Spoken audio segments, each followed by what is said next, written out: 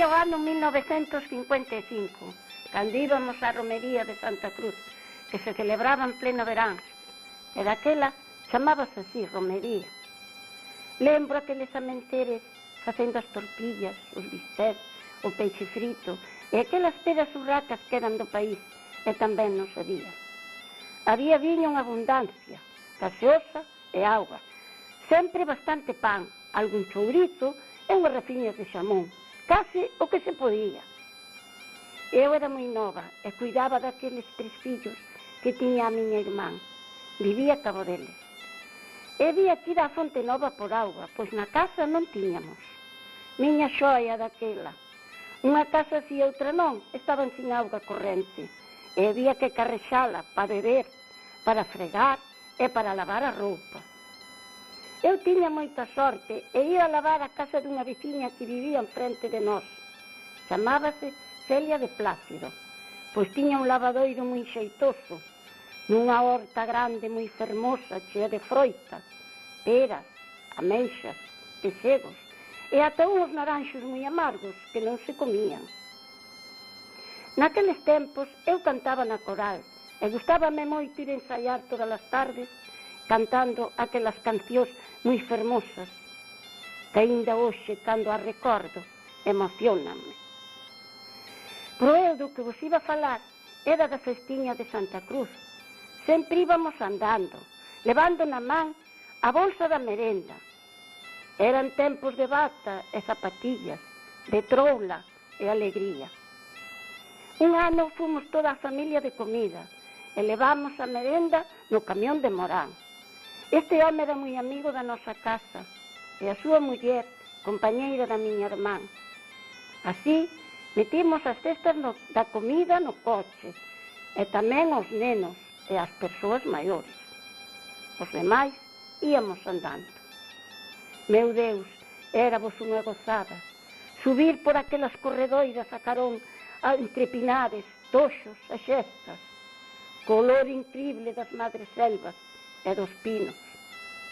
A carón da estrada, que tiña unha moi boa vista, e dende ali, a panorámica enchíanos o peito de ledicia. Pasábamolo moi ben, comíamos á sombra dos pinares, con mantel e servilletas. Cada quen acomodábase como podía, pois había pedras e folgueiras xeitosas para sentar. Éramos moitos, toda unha gran familia de amigos e veciños. Tamén se facía lume para poñer en riba un pote de barro onde se facía o café que o colaban con un colador de tela chamado manca. E que ben olía aquel café. Os homes bebían nel e máis no viño. Mentras todos moi contentos cantábamos a coro toda clase de cancións, habaneras, pasodobles, rancheras, muiñeiras, eu que sei, de todo. E soaba a gaita, chea de alegría e moita gracia, colgando as súas alboradas entre os piñeiros, cos aturuxos dos petrucios que non calaban, mentras ao redor da capela bailábamos a mocedade. E a noite collían os cansos, sofocados, cheos de alegría, mentras entre risas e bicos en Santa Cruz escurecía. E había que ir para a casa, e a mí dábame pena, moita pena de deixar aquel paraíso fermoso de fraternidade e beleza. E así vos era esta romería, na miña xuventude, na miña mocedade. Coido que as raparigas de agora o pasen tamén alón riba como a nós, soñando sempre co amor, como nosotras tamén soñamos.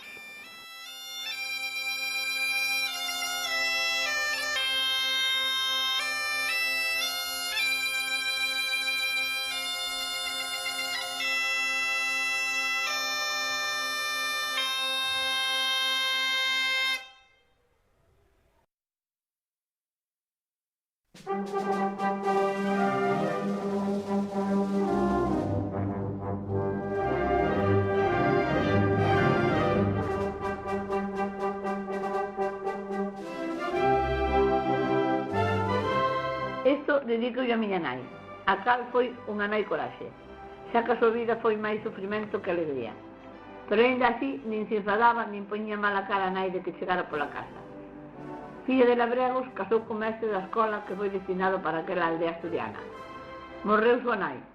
Seu pai, un home recio, zafio, non sei como chamarlle, desheredounos, botándoos da casa, porque daquela un mestre do ano 1918 non ganaba para comer nin para manter aquela familia. A nosa nai pariu 14 fillos, todos anos, e cando máis bella podía axudar, entrou en España a peste del polio e morreu esta miña irmá, xa que non había medicinas nin cartos para curala. Miña nai iba ao xornal, chamábase así traballar na terra para os labregos ricos, cobrando un diñeiro ou en patacas, un carne de cocho para poder darnos de comer. No ano 1941 nacín eu, e no 1942 morreu meu pai, o que nunca cheguei a conocer. Son a última dos 14 fillos. Nací nun rincón máis bonito de Asturias, a Lieira, Castropol. Recordo unha casiña pequena onde meu pai plantou unha figueira fermosa e tiña un pequenín corredor. Ao final, como de mestre, dáballe pouco para poder manternos, o meu pai aprendeu a facer tocas.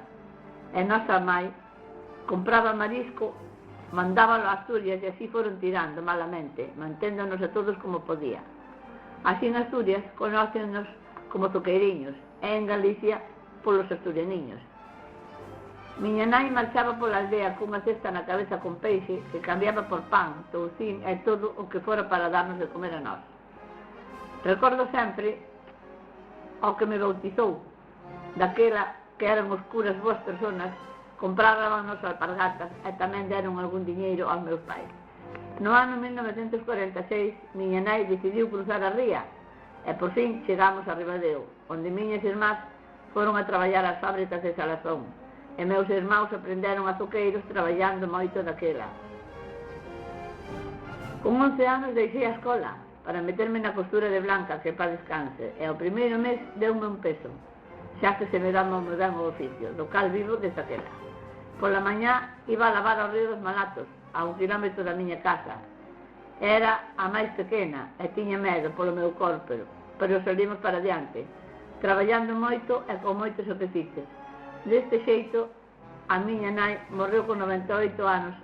Eu sempre vivín con ela, e máis con un sobrín como se fora meu fillo, xa que quedei solteira, pero fui moi feliz.